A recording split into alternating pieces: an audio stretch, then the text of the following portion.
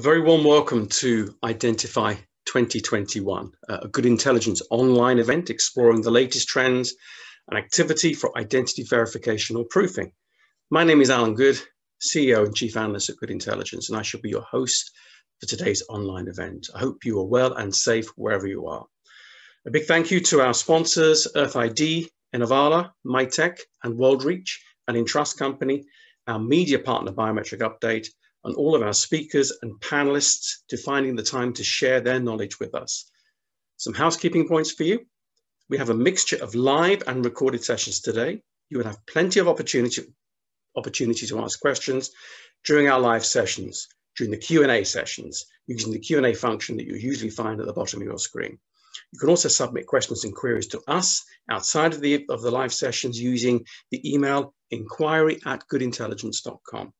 We will get through as many questions as we can, but we'll also make sure we stay on schedule so that the summit flows smoothly. Any questions that we do not cover during the live sessions, then we should respond to you individually after the event. Also keep a watch out for messages on our social channels, including Twitter and LinkedIn. I'll kick off the summit in a few moments of the latest views and analysis from Goode Intelligence. If we go through to the agenda.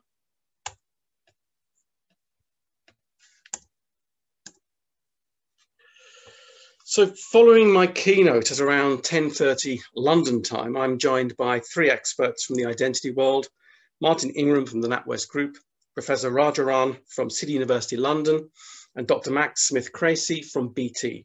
We shall explore seamless digital onboarding, the role of biometrics and identity verification. Over lunch, we'll make available to view two on-demand lunchtime listen interviews, a discussion between me and Joe Blomendale on the use of biometrics for identity verification and efforts to design a revocable biometric credential. Secondly, our COO, Michelle Goode, talks to Juliet Caulfield, Founding Director of Identic Search and Recruitment, on the latest developments for identity and biometrics recruitment, something that has boomed in the last 12 to 18 months. We welcome you back after lunch at 1:30 UK time for the afternoon sessions. We have three separate sessions running into the evening and provide an opportunity for our network in North America to join us. Kicking off the afternoon at 1:30 is our ever popular showcasing innovation session, where we welcome experts from EarthID, Entrust, WorldReach, and Innovala. This is scheduled to finish between 2:30 and 2:45 London time. Following shortly after the innovation session at 3 p.m. is a very topical discussion on the critical role of identity verification for health and vaccine passports. We have managed to get world-class speakers for this panel representing healthcare, travel, policy advisory, financial services, and technology. This hour-long session is a must-attend session, and I'm greatly looking forward to it. After this panel, we have a break of an hour and a half, and at 5:30 London time, we have our final session of the day, which for many on the West Coast of the US will possibly be their first. And this is where our speaker, Sanjay Gupta from Mytech, is based. Sanjay has been instrumental in setting the vision and strategy for a world leader in identity verification, and I'm looking forward to my discussion on biometrics, fraud, and the life cycle of identity. I know that Mytech has also been very active on the acquisition trail of late, and I will be discussing these acquisitions with him in our 45-minute fireside chat later today.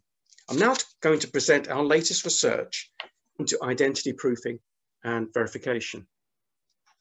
Just a quick kind of overview who we are. We're a London-based research, consulting and events company that specializes in the interconnected areas of authentication, identity, and biometrics. We have a global audience and global clients. Our clients include super brands right through to hot emerging startups and market disruptors. So the question of how we effectively and securely identify people and enable them to perform tasks in a safe and secure manner is one of the fundamental ones of our generation. Identity verification or identity proofing answers the critical questions. Is it a live, real user? Is the user authorized to use the data it presented? Can you conduct business with the user? And also, what is the risk of doing business with that user? This is typically achieved with four main building blocks represented in this slide that form a typical identity verification end-to-end solution. These 4 items represent a typical IDV solution. And of course, there'll be variations in particular solutions and how end users deploy this technology. There is also some cases, in some cases, not a linear ordering of these items when they are used. Orchestration or workflow will occur at all phases of a typical IDV process. The 4 main building blocks are, is it a live person and not synthetically created? Document capture and verification, corroboration and risk mitigation, and orchestration. If we put these components into a process flow, and it is important to note that not all IDV processes are identical, then they typically look like this. A person takes a selfie using face biometrics with liveness detection. They then scan in a government-issued ID document, either optically using a camera or with NFC using an e-passport or an eID, where the ID data and other associated data is stored securely on a chip. Verifiable data is then collected to corroborate the identity and biometric data already captured, and then the system validates the data and creates an identity verification score. Let us now drill down into each of these 4 components. Let us examine a component that has now become a critical one, determining that it is a real live person and not synthetic. This is usually managed by using a camera, typically through a selfie on a smartphone, to capture the person's face, and then using several technologies to ensure that it is a live face, liveness detection. This can also be categorized as a presentation attack detection. We do have standards for presentation attack detection with ISO 30107 Part 3, biometric presentation attack detection. Testing and reporting an independent test against this ISO standard, with IBETA being the most prominent, with level 1 and level 2 certification being an important consideration when measuring the effectiveness of a liveness detection system. Depending on the workflow, this is generally either the first or second process that will be followed as part of the end-to-end digital identity verification service. Using a government-issued document with an image for identity verification meets AML, KYC regulation, and has traditionally been carried out in a physical office or retail store under the supervision of a trained person, i.e. in a bank branch when opening up an account. With the growth of digital services and a move away from having physical bank branches and retail stores, document capture and verification is moving to digital. This is the secure capture of a trusted document, passport, driving license, or national identity document that is presented to the verifier. Verification that this document is not a fake and it has not been tampered with. This can be done optically by taking a picture of the document, including the image and any encoded data, barcodes for instance, or by checking the data on a chip, e-passport or eID. Accuracy levels are higher with the NFC option. The ability to recognize a wide range of identity documents issued by countries in key markets is an essential requirement when choosing a solution provider. Another key consideration is accuracy rates with document capture, both in terms of recognizing valid and fake identity documents. Making it easy for the user to capture the document is important, and this ensures there are lower rejection rates and higher conversion rates. You don't want a customer abandoning an onboarding process and going elsewhere. Looking at the next step, which is the corroboration and risk mitigation. This is the validation of captured images, face and document, and is the next building block and can be joined by a range of other techniques that are adopted dependent on regulation and risk appetite, including the collection of strong signals and other verifiable data that is used to feed into the risk engine to verify the person's identity and validity to perform a certain task, for instance, opening up a new financial services account. The decision-making or risk management aspects of identity and document verification are increasingly important as they ultimately decide, based on that data passed to them, whether a person's identity can A, be trusted, B, it is not illegal, and B, it is tied to a person that is authorized to perform a certain action. This stage can also include credit checks, criminal checks, name and address validation, social security number checks, etc., and is very much driven by the regulation, such as AML or KYC. and a specific requirement related to the sector and the application. Verifiable identity signals and data can be a significant method of improving the accuracy of identity verification, supplementing other components, the document verification and the facial recognition. These data sources range from the traditional name, social security number, and mobile data to newer models, newer methods, newer data inputs, which are considered to be the digital exhaust consumers are emitting, including data derived from social networks. Identity signals and data include that derived from mobile operators, active data from mobile network operators and the mobile device itself, citizen information, data sourced from either a utility or government-issued database that is enhanced and updated with other source files such as public data, change of address, postal data, property data, and data pooling with other organizations. Consumer, data sourced from direct marketing campaigns. Credit, the data is derived from a registered credit agency or bureau, which manages consumer credit information on individuals with consumer credit history in that particular country. Electoral roll, government collated and issued data for all citizens in the country who are entitled to vote. Government issued data, which is collated and issued databases information, could include national insurance numbers, social security numbers, driver's licenses and passports, etc. National identity, government collated and issued data for countries which have a singular national identification system with an associated number. Property files, data issued by the government or other accredited sources detailing ownership of property within a given country. Public data resident files, utility information, which is derived from national utility providers, which include telephone, gas, electricity, water, and also watch lists for those kind of verifications that are required by regulation. And that can include OFAC, DFAT, EU watch lists, etc. Also, other identity validation. The validation of national identity numbers, social security numbers, also includes variations of the unique reference number at the bottom of a global passport machine readable zone, the MRZ, which specifies that it is valid and also includes the individual's name and date of birth. The type of data that is being used by a service provider relates to the type of business, its business risk and level of assurance that they are aiming to achieve. A bank will want to understand the credit score of a new loan applicant. For a dating agency, this may be irrelevant. Orchestration, the glue which binds all these kind of modules together. And it's sector and risk specific again. This is a very important component because it has to support the needs of the application and fit into a seamless user journey. There are an increasing amount of ID service providers that specialize in a particular sector, financial services, travel, or legal, for instance. This ensures that the solution is largely out of the box and fits the requirements of a particular sector, meets some sector-specific regulation.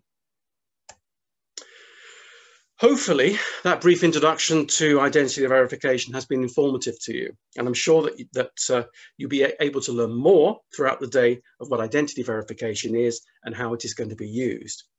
From our very latest research, I would now like to share some of the key trends and themes driving the adoption of identity verification solutions globally. In just 1 year, we've experienced 10 years worth of digital transformation.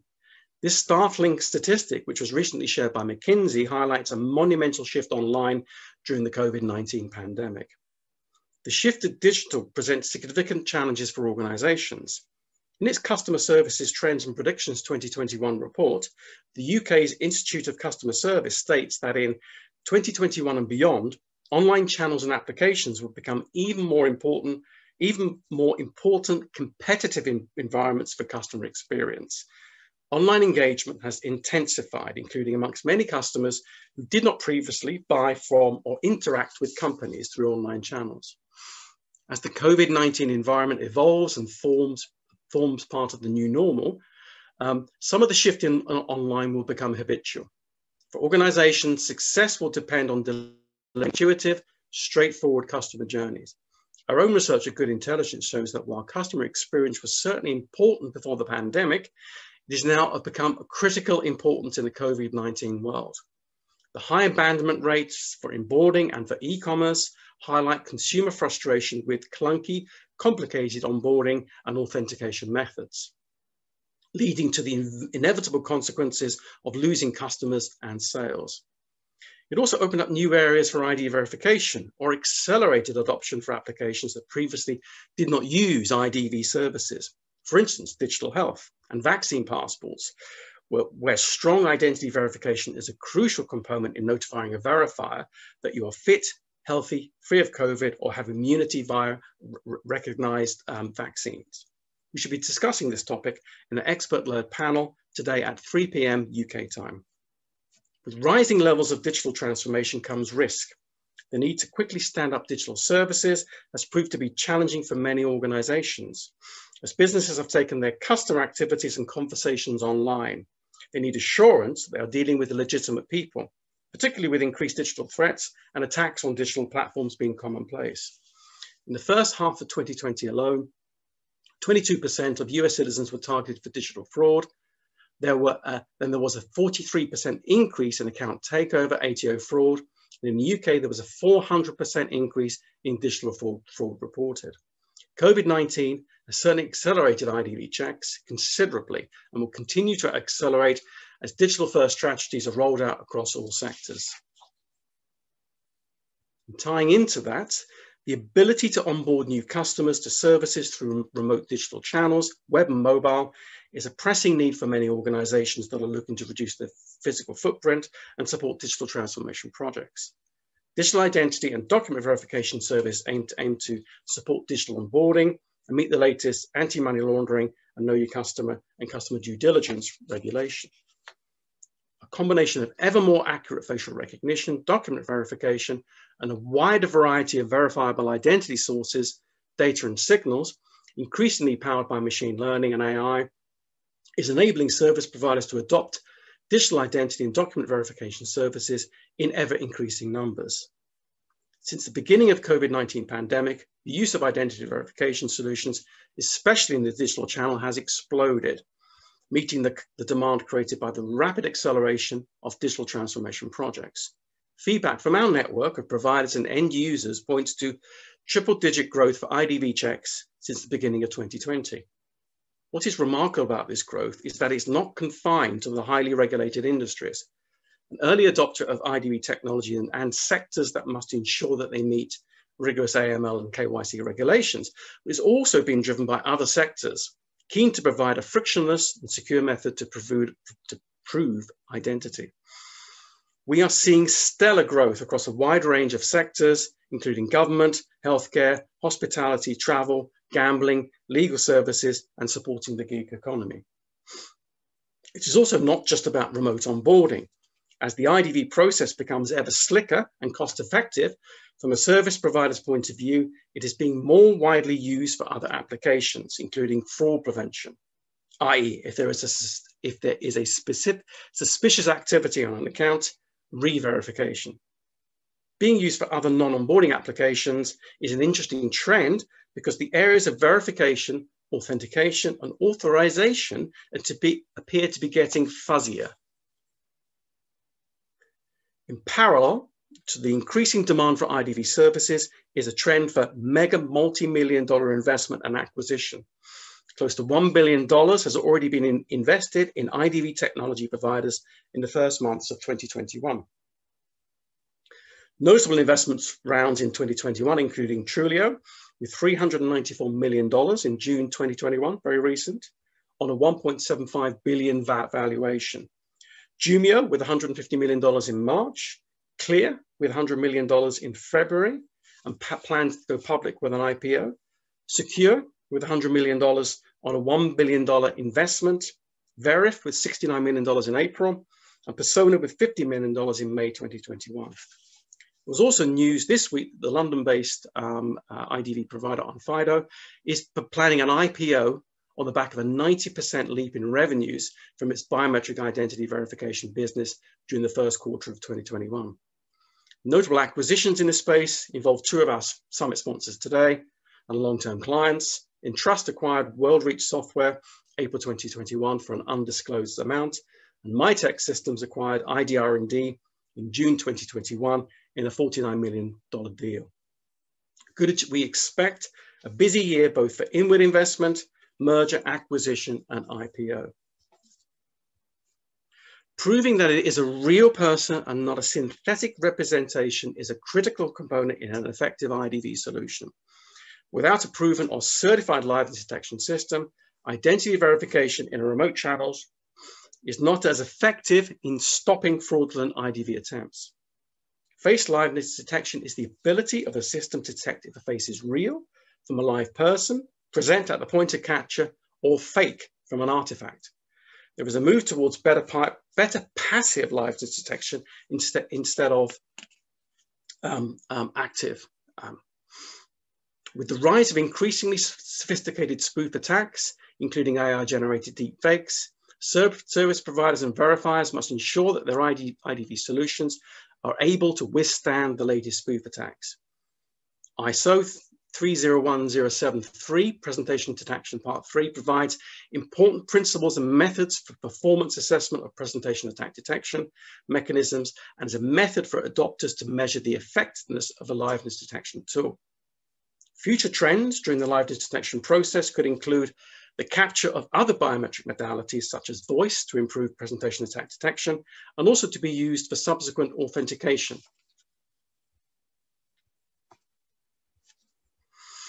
With increasing availability of electronic IDs, paper documents and smart card-based identity documents, including the e-passport with over 1 billion issued, and the wide-scale support of smartphones with an open NFC system, IDV systems can accurately check the identity data that is stored on them. When used, NFC-based ID checks lead to high conversion rates, and as they verify the data using PKI, which is considered to be more secure than the optical checks using a smartphone-based camera. Another trend that we're seeing is the link between identity verification to verified digital identity. IDV solves an immediate problem in how to prove a person's identity for access to online remote services.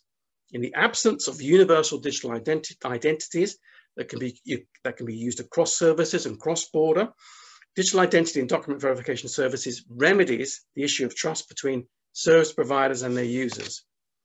The rapid increase in adoption of IDV services is linked to the growing emergence of verified digital identity schemes.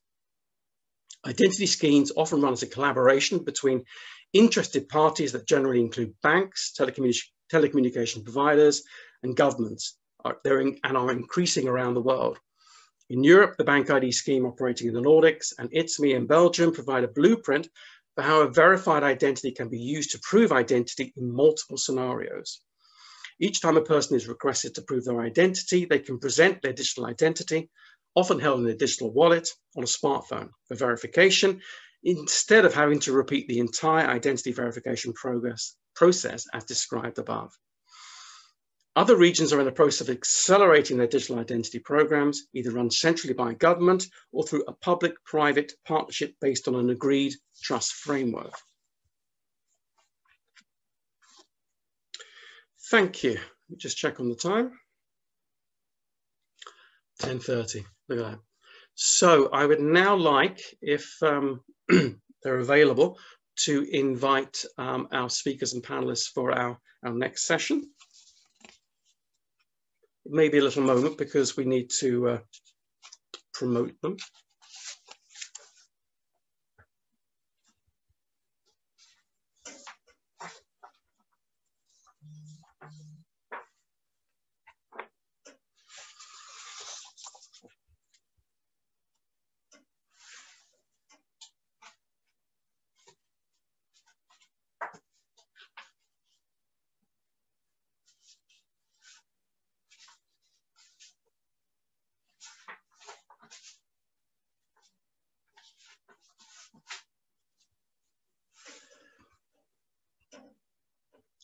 I'd like to welcome Professor Raj from City University London, Martin Ingram from NatWest, and Max Smith-Creasey, if he's available. Right, could you please introduce yourself to the audience, starting with Raj, because he's in the top of my screen. Hi, Raj. Good morning, everyone. Muttukrishnan Rajarajan. I'm a professor of security engineering and also the director for the Institute of Cybersecurity at City University of London. Thank you. And Martin, please. Yep. Hello, I'm Martin Ingram. I'm a product owner for identity access management for NatWest Group. But do bear in mind that I'm presenting as a private individual at this point, so don't confuse anything I say for an official statement from NatWest Group. And Dr. Max, please. Yep. Hi, I'm Max Smith-Creasey. I'm a security research specialist at BT. My area of interest is biometrics and authentication. Thanks. So the format of this session is that we're going to have some quick presentations from each each panelist. Then we'll go to a live Q&A session with the audience. So I think we're going to start off with Martin Ingram, please. If you can share your screen and present to us. Thank you. Right. Just one challenge there, Alan. Still won't allow me to join twice, which I'm afraid is a necessity for my laptop. Could one of you present? I think you've got a copy of my slides. Yeah, sure. Brilliant, thank you. Just bear with us while I...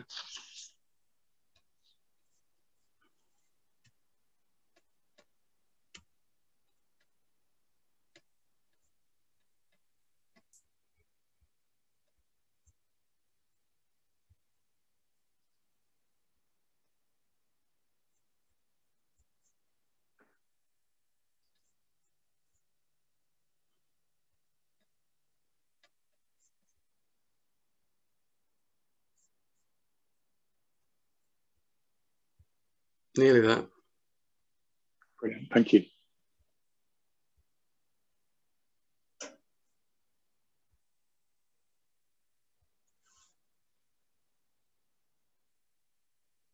What we'll do, if we go to, I need to find it, if we go to Professor Raj first, and then we'll come back to you, Martin. Is that okay? That's fine, that's fine. Thanks. Raj, is that okay?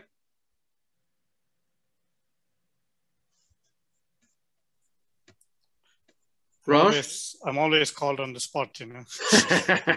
Thank you. Digging me out of a hole again. Are you able to share your screen and present for us? I think so. Done quite a few with my students, if it works again. Can you see my slides then, Alan? Yes, thank you. Go ahead. You can, yeah. So, yeah, good morning, everyone. I'll just give my thoughts from a university, being a professor, what my thoughts in terms of privacy and security of biometrics. As I already mentioned, I'm a professor working on biometrics areas, and I'm proud to say Max is one of my products, and he will show what we have done as part of his PhD, working with BT in terms of continuous biometrics, which seems to be one of the areas of focus today. So we clearly see the global speech and voice recognition market seems to be in the trajectory where we all would like to see. It's clearly showing that we'll be all going in some direction to incorporate speech or voice into the biometric space. And if you see here, moving from 2019, we clearly see the global voice biometrics market by region. You see Europe seems to be leading the way as we go to 2027. So I think there is a clear potential in terms of using the voice moving forward. So I thought I'll share some of the thoughts and some of the work we have been looking into in terms of how to protect these biometric identities when they have been taken off different devices. Some of these devices have access for an intruder. So how to protect against fake biometric. And one of the interesting area we have been recently discussing around is around how to use these kind of security techniques to protect in mobility when you have continuous authentication, when IoT devices are moving around, which I like to create more problems so that we have challenges to solve. And just by itself, when you try and touch your phones and trying to authenticate yourself, you seem to have so many problems. So try and think if all these devices are moving around. So one way could be to use Alexa on an IoT space to continuously authenticate through some voice commands. So as we clearly see, one of the solutions is to use multimodal biometrics. We clearly see half the time, when I come through the airport, it doesn't recognize me, and we need to find other ways to go over it. Or when I try to, lie down on my bed and looking into my phone to try to get access, it doesn't recognize me anymore. So the multimodal seem to be the way forward to authenticate ourselves. So how do we then try and protect these templates where all these biometric data is being stored? So the biocrypto technique seems to be on the rise. There are a lot of interesting projects that's been happening in terms of looking at crypto techniques to protect the biometric features. So there are cancelable biometrics. You have end-to-end privacy preserving mechanisms for speaker identification and verification. You have different ways of storing and searching through encrypted features. So there are recent works that we have done as part of commercial as well as research projects applying the homomorphic encryption techniques to classify encrypted features, which include voice and facial features, so that the templates can be protected on the device as well as on the cloud, and the matching can be done using the homomorphic encryption. Because the beauty of homomorphic encryption, it allows you to match in the encrypted domain rather than in the plain domain. And clearly this is an area of interest, and many companies are trying to incorporate this kind of matching process in the encrypted domain within their hardware platforms. So this is a classic scenario of you have speech data and facial data, where from the speech data and the facial data, you can extract the features and then you encrypt them using the secret key. And then you actually upload them. In this case, I've shown a server.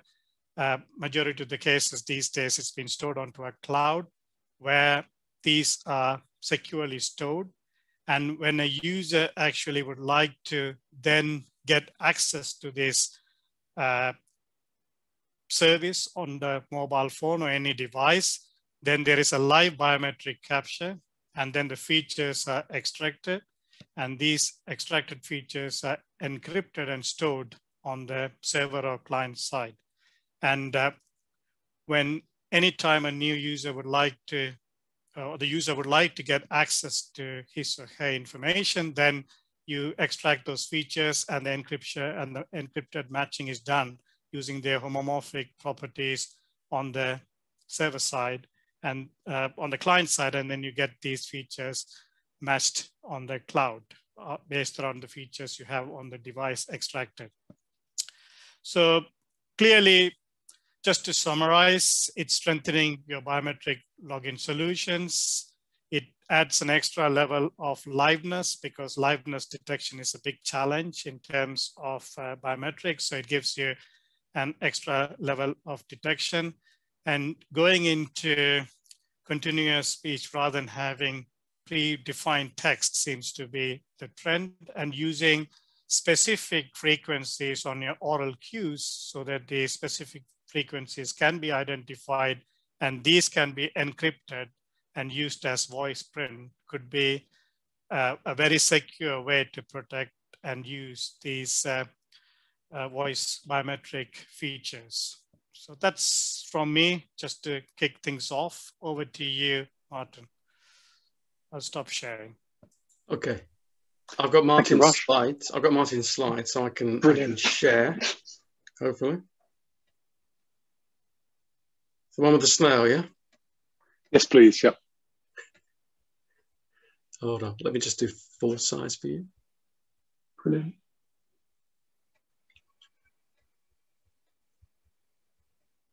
And you can say next slide, Alan, if you like. I will do in a sec. Thank you, Alan. Hello, everybody. Identity verification and biometrics. So what role can biometrics serve in the identity verification process? We're at an interesting juncture for identity in particular at the moment.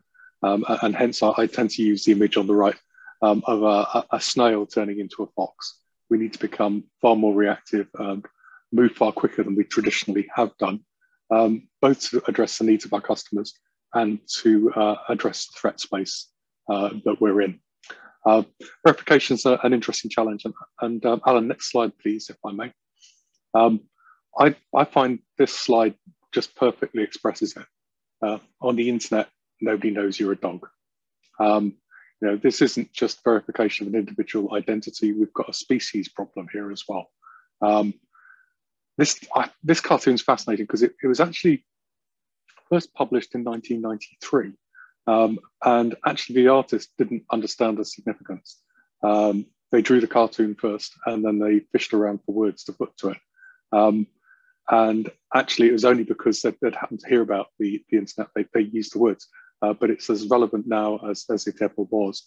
And fundamentally, how do we identify people on the internet? And actually, this has got personal relevance as well. Our dog has a Facebook account. It's clearly not a strong identity.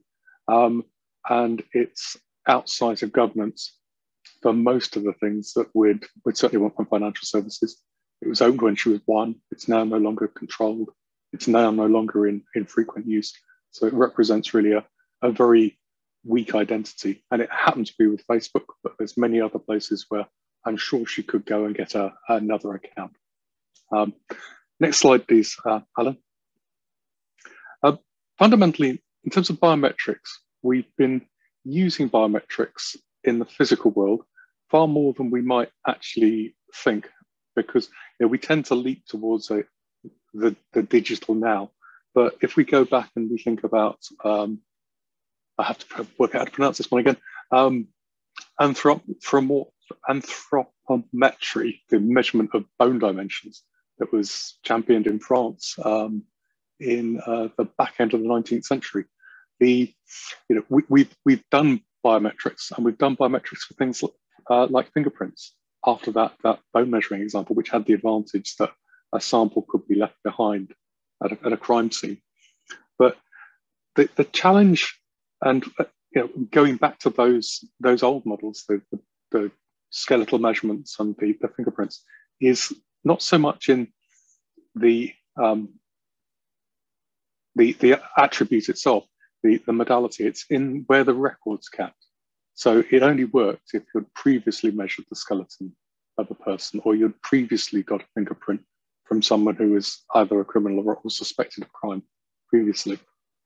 So it doesn't deal so much with the presentation aspect that we typically see today, because someone arrives, okay, so against what are we going to measure their biometric? What are we going to compare it against? Now, Alan mentioned digital passports. So the passport with the embedded biometric data, and that's great. And that works well for the cases where a good comparison can be made to the selfie picture and liveness compared. But actually, that's not a general solution for everyone, because there are people for whom they don't have passports and can't get passports. And other approaches need to be taken in the verification flow to deal with that, either through vouching, someone that's prepared to say, my identity is trusted and I'm championing and vouching for this person, or through government departments, some of whom are very skilled at creating those first steps of identity that would allow people who would otherwise be excluded to be included.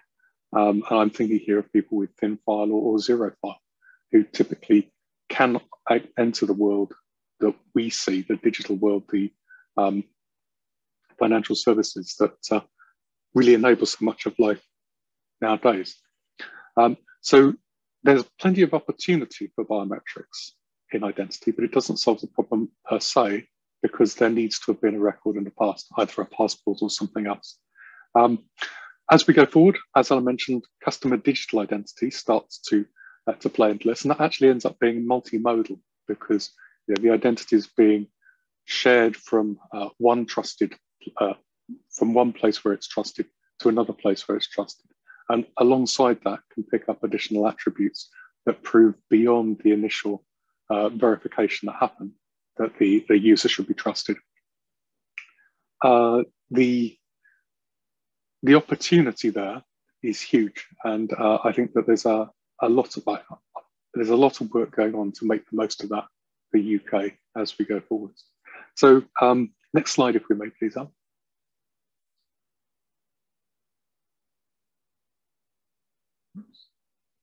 There we go. So fundamentally, verification is critical. I mean, when I first moved into this space many years ago, the registration phase, as it was typically called at that point, if you fail there, then you have nothing. You don't know who's in. And verification is a critical part of that. And verification as part of the KYC process for financials is very well entrenched and a huge part of the way that we deliver trust inside the bank and going forwards across banks. Biometrics can play a part, and actually it's a very interesting area, but it's making that trusted comparison, and where is that trusted comparison? And there's services out there. There are government issued documents such as passports that can really help in this, but as I say, it doesn't work for everybody, and I think customer digital identity will start to play more into that because it'll use trust developed in other areas. Financial services have moved very much towards a remote sensing position for verification, partly driven by COVID, but actually it was all moving beforehand, which was convenient.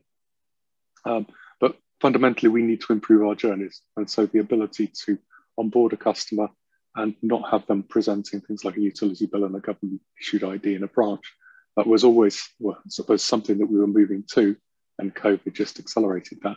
I think it becomes a greater need as we go forward, and there'll be a mix of solutions, probably in the short term, between organizations that run that process themselves and the arrival of custom digital identity, which will allow them to trust an identity that's already been created elsewhere. Thank you. That's me. Thank you, Martin. That was excellent. Thanks for that insight. And you meant, and I think it's a very interesting point about social, obviously in the context of your dog, but in with Facebook. So largely social networks, Twitter, Facebook, all the other kind of platforms are very lack of identity verification. And the question is whether we're going to see some kind of government regulation for age verification and accessing these systems, and also adult content. So I think this is another kind of area where IDV can play a crucial part in controlling access to sensitive information. So thank you for that. I just stopped sharing, and then I'll ask Max to share his presentation. I know he's been doing a lot of research into continuous authentication and the use of biometrics in that, which I think is a fascinating subject. So over to you, Max. Thank you. Thank you. You can all see my slides, right? Yep, all good. Okay, perfect. Yes, this is a presentation about identity verification via continuous biometrics. I'm Max Smith-Creasey. As I said earlier, I'm a security research specialist. As Professor Rajarajan said, I was previously in his research group, did my PhD with him. Introducing this, how we onboard users into digital environments with regards to their identity. This is an identity verification challenge. How can we set up and verify identity quickly, but also securely and seamlessly in a way that's convenient for users? And how can we do this on different devices, such as mobile devices, tablets, laptops, whatever device the user happens to be using? So the existing methods of identity verification are often cumbersome to set up. They require, for example, very complex passwords, and they're lacking in usability. You don't want to have to type in an extremely long password every time you want to check an email notification. In fact, some of them are so inconvenient that users on mobile devices were shown to disable authentication around 40, 50% of the time, if you look at the graph in the bottom right-hand side there. So continuous biometrics is essentially motivated by biometrics, machine learning, and device sensors, altogether facilitating new methods to seamlessly set up, onboard user identities for real-time authentication. So the challenges for onboarding users are that we have a plethora of systems being set up by different users, and traditional user identity and verification and authentication techniques rely on 3 key ways to authenticate users. The first of which is something that you know. This is knowledge-based, so passwords, pins, patterns, secret answers, passphrases. The second is something that you have. So this is sort of token-based authentication. This relies on passcards, passport sort of authentication, NFC cards, USB keys. And then we have something that you are, and this is the biometrics, so face, iris, fingerprint, and voice. But the way biometrics are implemented currently means that you only authenticate at the point of entry. We don't commonly have continuous biometrics in our devices and in our systems yet. But these traditional user verification techniques all have flaws. They're quite, some of them are quite inconvenient. So for example, with passwords, as I said earlier, you don't want to have to type in a very complex password every time you want to check an email.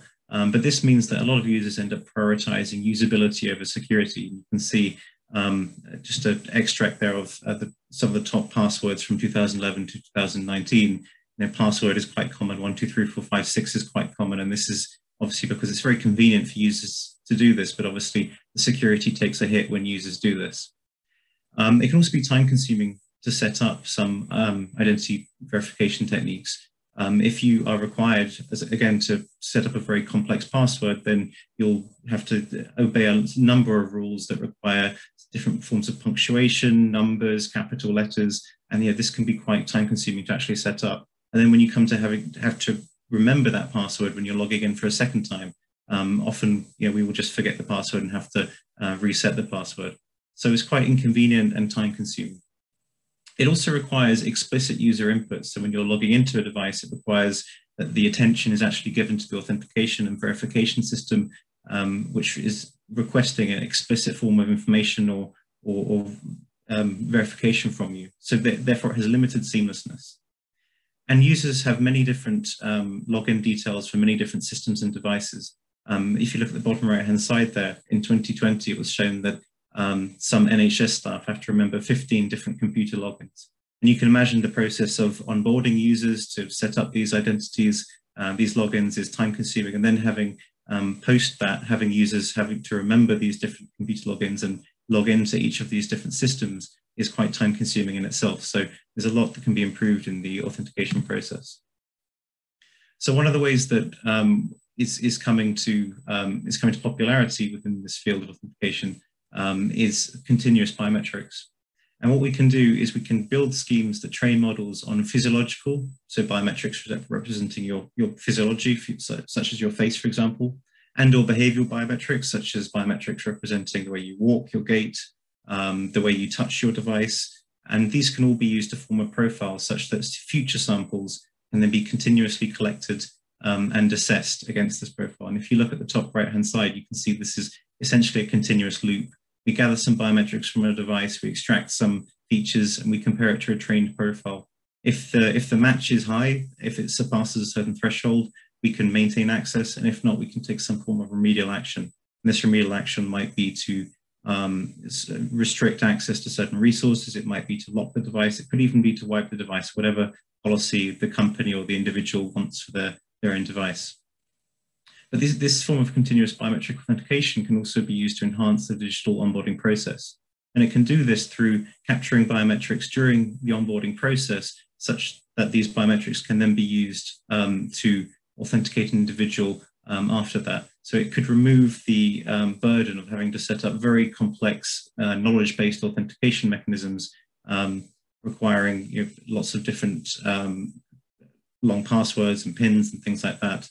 And this would also bring additional benefits such as reducing setup time because it's just collecting biometrics in the background. It isn't requiring the user presents anything to the system itself. It reduces login inconvenience in the future because, again, it's not presenting or requesting anything from the user. It's just collecting those biometrics in the background and authenticating those implicitly.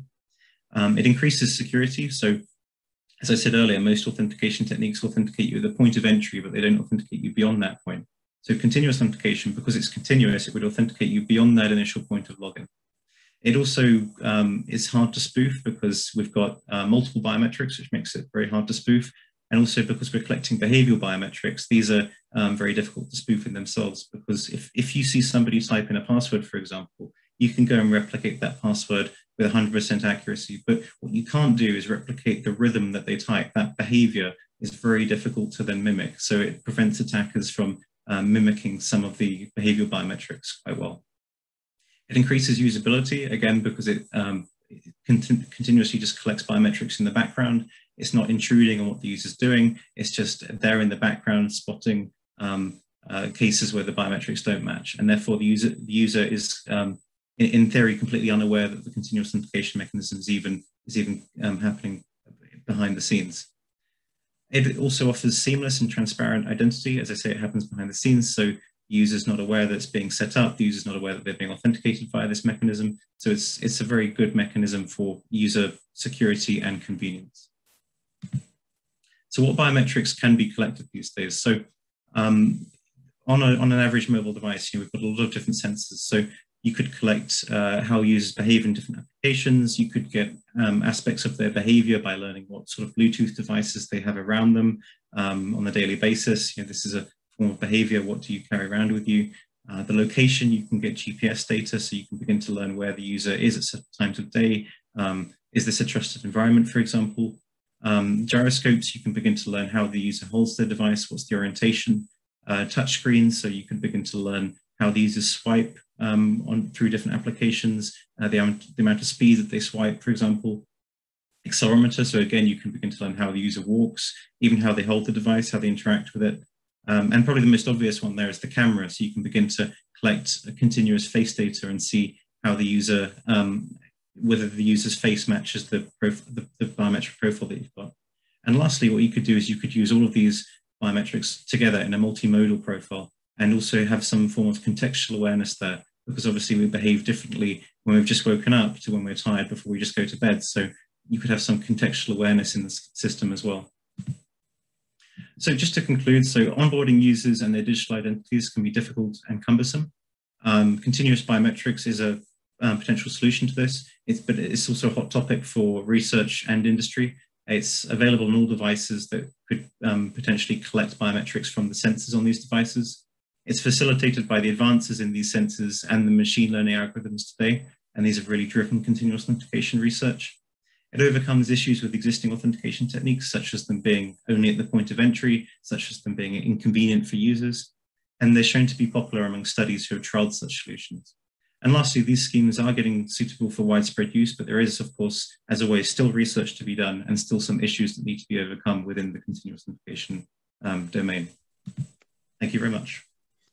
Thank you, Max. That was excellent. I think it touches on some of the points I made in my presentation about the kind of the discovery mode before someone decides to register for an account, what information can be collected there, and what data can be collected as part of the onboarding process that can be used for subsequent authentication. And I think the kind of the first step may be capturing face or voice to be used for biometric authentication, but secondly, I think, and as you rightly say, this is TBD in terms of the research, some form of continuous biometric authentication that can really increase the accuracy for the touch points for when people are interacting with a particular service.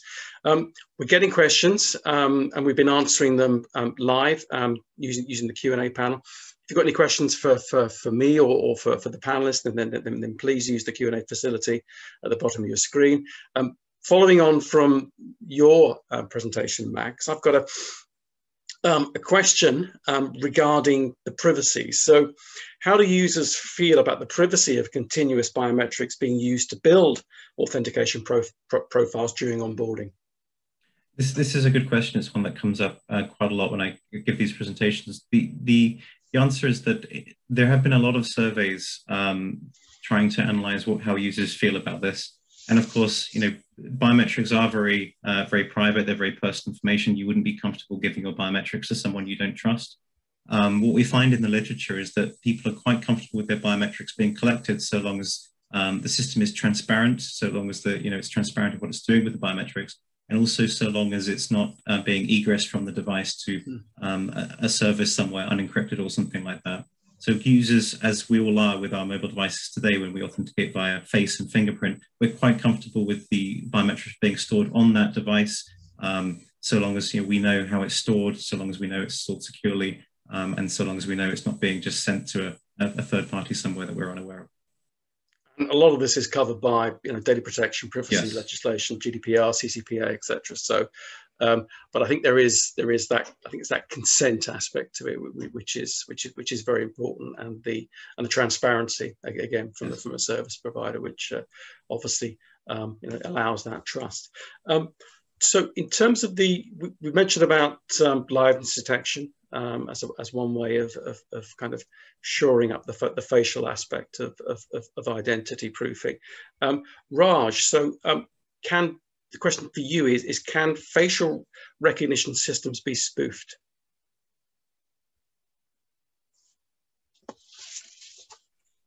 I think if you do good liveness detection, and if you can actually play around, and having facial recognition systems is a challenge. Through our research studies, we have seen you can have photographs and videos that you can play against some of these systems and bypass and get access to it. But I think just following on from what Max was mentioning, one of the things is to define different thresholds. So one of the interesting areas we started looking into is user-centric biometrics, where user pick and choose which one to use around what kind of application. So even if somebody is spoofed one of the modalities, if you want to go into a multimodal environment where the user have total control, how he or she shares the different data of biometrics for different applications, that combination could be randomly changed by the user, which will make it very difficult for somebody to spoof, which will then in turn increase the security of the system. Yeah. Any of the other panelists like to chip in? We're all good. Okay, so we've got a question. I think to get off mute actually there. I think it's this aspect of consent. I think that's absolutely critical, because without that, then people can rightly object to this information being shared. And I think in UK we had an additional data point in this in the NHS data sharing stuff from a couple of weeks ago. That there is very much a sensitivity there. Yeah. And rightly so, I think, in my opinion. So one from the audience, from Denise Walker, and she says, brilliant session. Thank you to all the presenters. Checks in the post, Denise.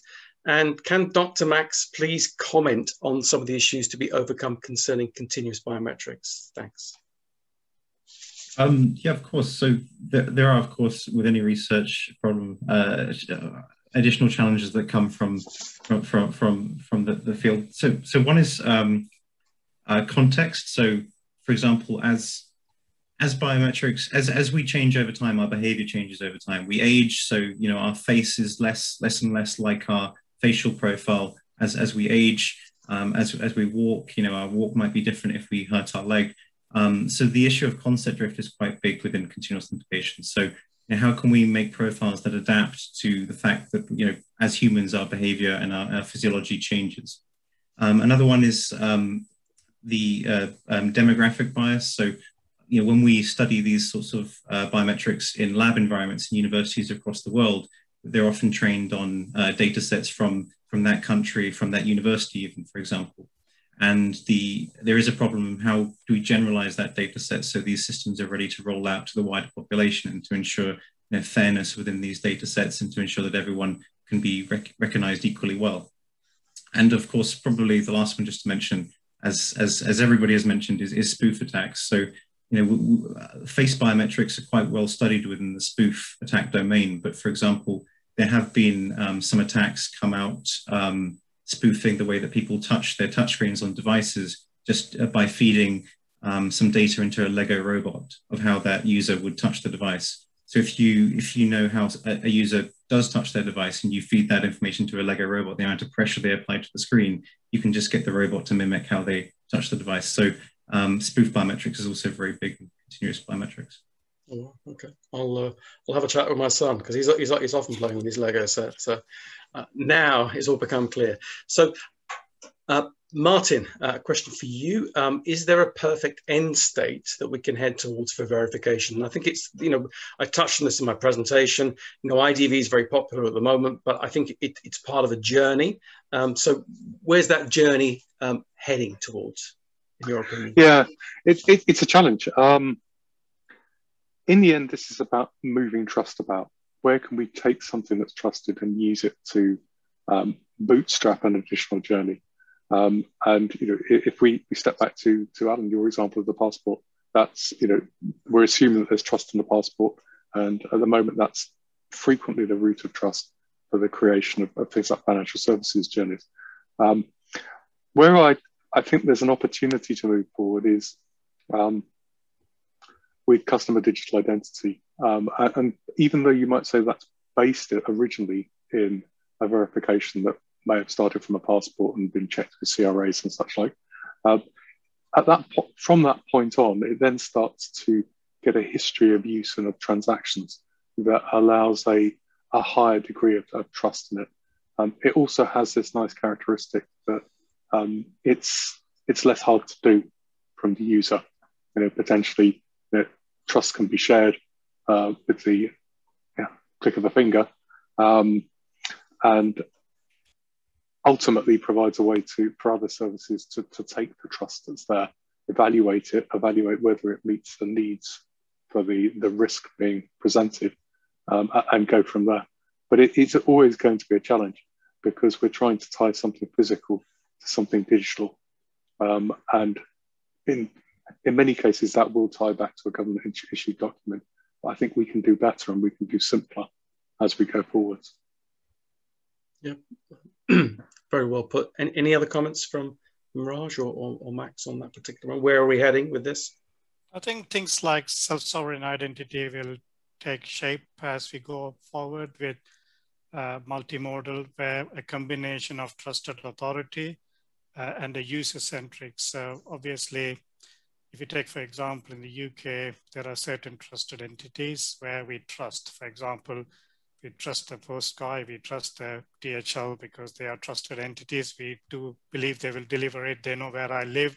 So by default, there are certain organizations like the banks. We trust them. That's why I put our money in. So there is a level of trust. So I think time to come, there'll be a consortium of organizations where we will start building as part of this ecosystem, where we'll trust and we'll be willing to share some of these biometrics. You see, most of the onboarding of app-based banks, they're all using facial recognition, and within 2 minutes, you get your account for a limit of 50,000 starting. So which is a good way for startups with bad credit scores. And similarly, so it's a combination of having trusted authorities, and then as a user who owns this biometric, if I can then define who I trust and who I want to share certain attributes, biometric attributes, and this is the way I want to mix and combine in the authentication process, then I think as long as we comply with the regulations and GDPR, which most of these will expect us to do, I think this is probably what I see is the way forward in biometrics. Okay, yeah, excellent. So this is a very good question from Tony Allen, and I mentioned about age verification, and obviously in supporting accessing appropriate material. So he says that these systems are often predicated on use by adults.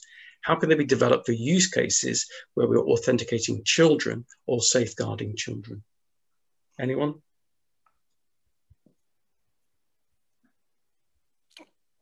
I think in terms of, go for it, Raj.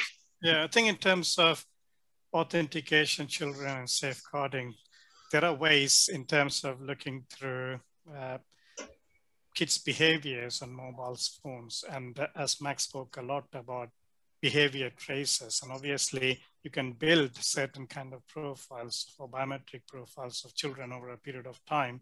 And you could then use some of these biometric traces, both soft and hard biometric features, which could then be used with the consent from the parents. So I think when it comes to children, there has to be some level of involvement from the parents where they could have some level of their features being grouped together with the kids' features, which could be then combined to use. in such scenarios. Yeah. Martin? No, I'd agree with that. From a bank's perspective, there's only very limited services we can provide to children, but it's identifying that someone's a child. The biometric approach that Raj mentions, linked to an adult's account, is perhaps the best we can do. In some respects, an age check is an interesting attribute because it minimizes data, and we wouldn't want to share, for instance, children's actual birth dates. But it's knowing that they are a child at this point. And what Raj is suggesting is effectively a vouching mechanism. The parent goes, "My child is 3 or 6 or whatever." Yeah, definitely. We've got a question from Max from Duncan McIntosh. She said, what emerging new forms of behavior biometrics do you see currently in research and development circles, which are not yet on the market and ones to watch out for? Well, a lot of the ones that I described aren't yet on the market. There are a few limited cases, such as touch biometrics, that seem to be used in some limited cases on the market. But in general, touch biometrics is still an ongoing field in research. Similarly with keyboard typing, so that's something that has slight adoption within some applications, possibly very high security applications, but again, it's still an ongoing research area. You can also include things like location. There have been studies on this. There have been studies to detect how people behave in different applications, and possibly one of the most important things that's come to light in a lot of recent studies is that context is very important. So the context of one's behavior within different applications at different locations. There was one study that divided the day up into 24 hours and essentially accurately predicted what the application should expect at those different times of day. So for example, you'd expect at 3 a.m. the user would be at their home in bed and the device would be very still. So you could begin to model that. 9 to 5, you'd expect them to be at work. So the context is also very important to behavior, and that's something that is in the literature, but I don't think is in any of the market solutions yet. Brilliant. Thank you for that. Got a very good question from Chris Allgrove. The passport is a document, and I can concur with this actually. The passport is a document that allows the holders to travel, and the issuing process is focused on the use case, which is border control travel. The permission. Using it as the root of trust in a digital identity scheme is a very different application to what it was originally issued for. Similarly with driving licenses, does the panel have any comments or observations about limitations in trust or possible dangers of over-trusting such a root of trust in this way? I completely right. I completely agree. In some respects, what's happening is we're piggybacking on the process of passport issuance because it's one of the stronger documents for issuance. And actually, one of the other indicators you get that it isn't actually the passport being about being able to pass through ports that is the key thing. In that we don't care when it expires. We use it as this initial proof of identity, but the fact that it's no longer a passport, it's expired, is of no interest to us because we've taken that test. But yeah, it's we're using something that we believe is strong because we think it manages the risk. Is it perfect? No, but it's probably the best we have. Yeah. Anyone else? Yeah, one of the things I noticed around passport is there is no global standard in terms of biometric passports. So going back 10 years ago, I tried to scan a passport in India, which has totally different features what you would have when you kind of scan it in the UK. I take a British passport and scan it through, or another different passport. So one of the interesting use cases we have been looking at recently is if you all have to have somehow integrate this our COVID vaccines into passports and have them somehow digitally added, there is no international standard as such. So if you go through different borders and you start scanning for certain features, you may not get what you're looking for and you might be blocked across it.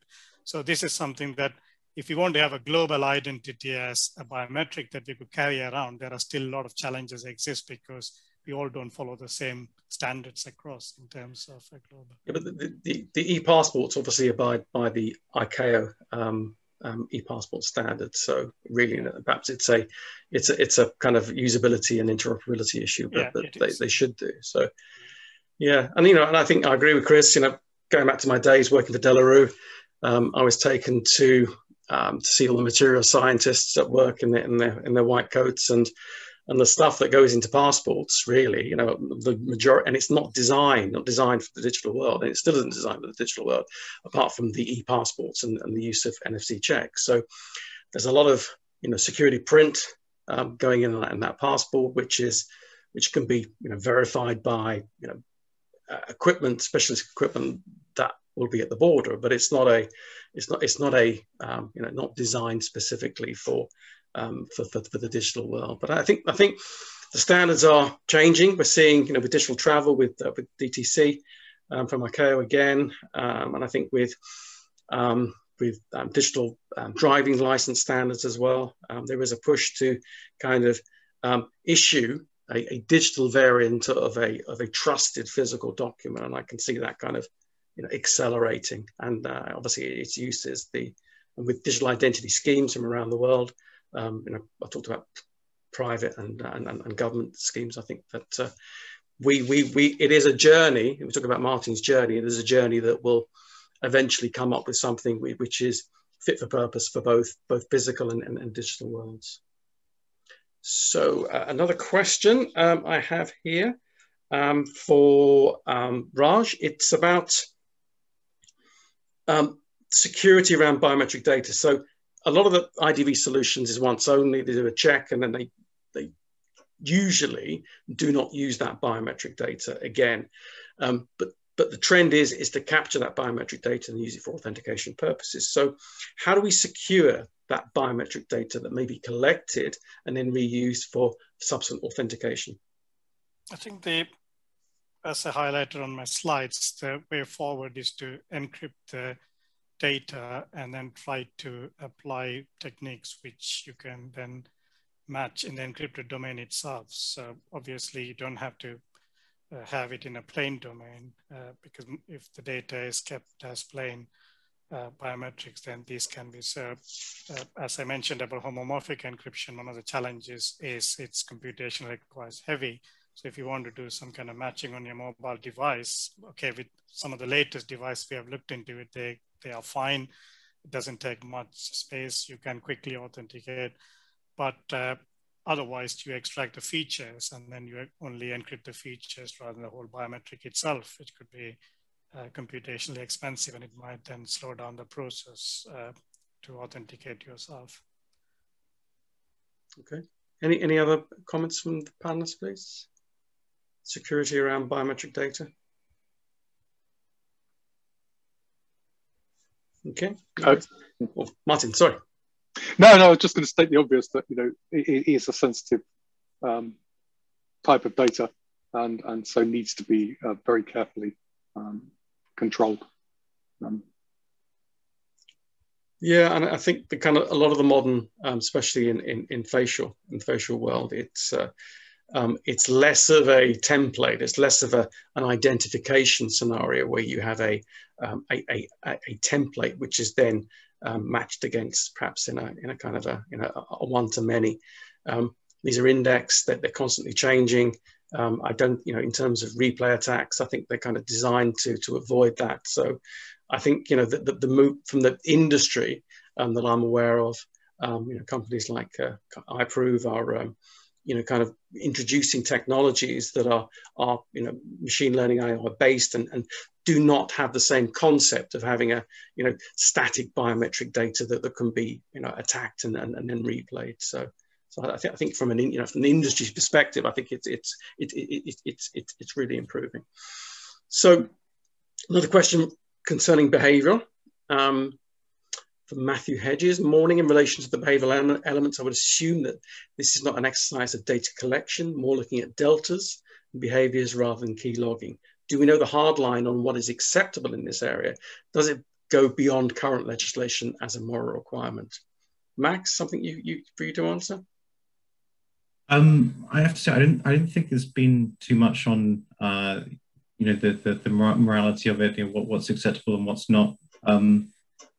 With regards to, how does it work? It is collecting a form of behavior, I'd say, but there are a multitude of different systems that build profiles in this differently. So it depends on the system that you're using. So I can't give a better answer to the morality question, but yeah, this is an emerging field and probably something that needs further discussion. Yeah, we did a piece of work for the behavioral biometric company BehaviourSec recently, looking at the kind of the data protection and privacy regulation specifically for behavioral biometrics, and there has been some test cases in Germany with people against the collection or the kind of the use of behavioral. And it seems to be, and I think the legal opinion on this is that it's not considered to be like a static biometric identifier, like a fingerprint or a face, and that it's a lot of it is anonymized. You can't kind of, reference that. You can't kind of play that back or kind of relate that to an individual. But it is I think it's a very important part of the use of behavioral biometrics, and organizations must kind of, do a privacy impact assessment and look at the legal implications within their own regions, I think, for this. So, right, we're coming up to, we've got about 7 minutes left. So let me see what we've got in terms of questions. My apologies. So there's another one for you, Max. Behavioral's been popular this morning. You mentioned the challenge with demographic bias in the attempt to generalize the data sets to ensure they recognize groups. Any suggestions on what the minimum measure should be to assess the level of fairness? Again, this is complicated. It would require a study to, assess what level of involvement from different demographics achieved a standard that was, accepted by everyone, and that would require, a discussion as to what that standard would be. The route there, though, is definitely to produce larger data sets with larger demographics from collaborations of different universities, for example, and get data sets that represent everybody as well as we can, and then see whether that matches, whether the demographic bias is still present in those data sets, and whether we can achieve a standard where it's at least minimal, if not existent, if not non-existent. Yeah. Okay. Thanks for that. A question for you again, Raj, around the kind of the future of in your presentation, you mentioned about multimodal biometrics. So what do you believe the future to be for that particular area?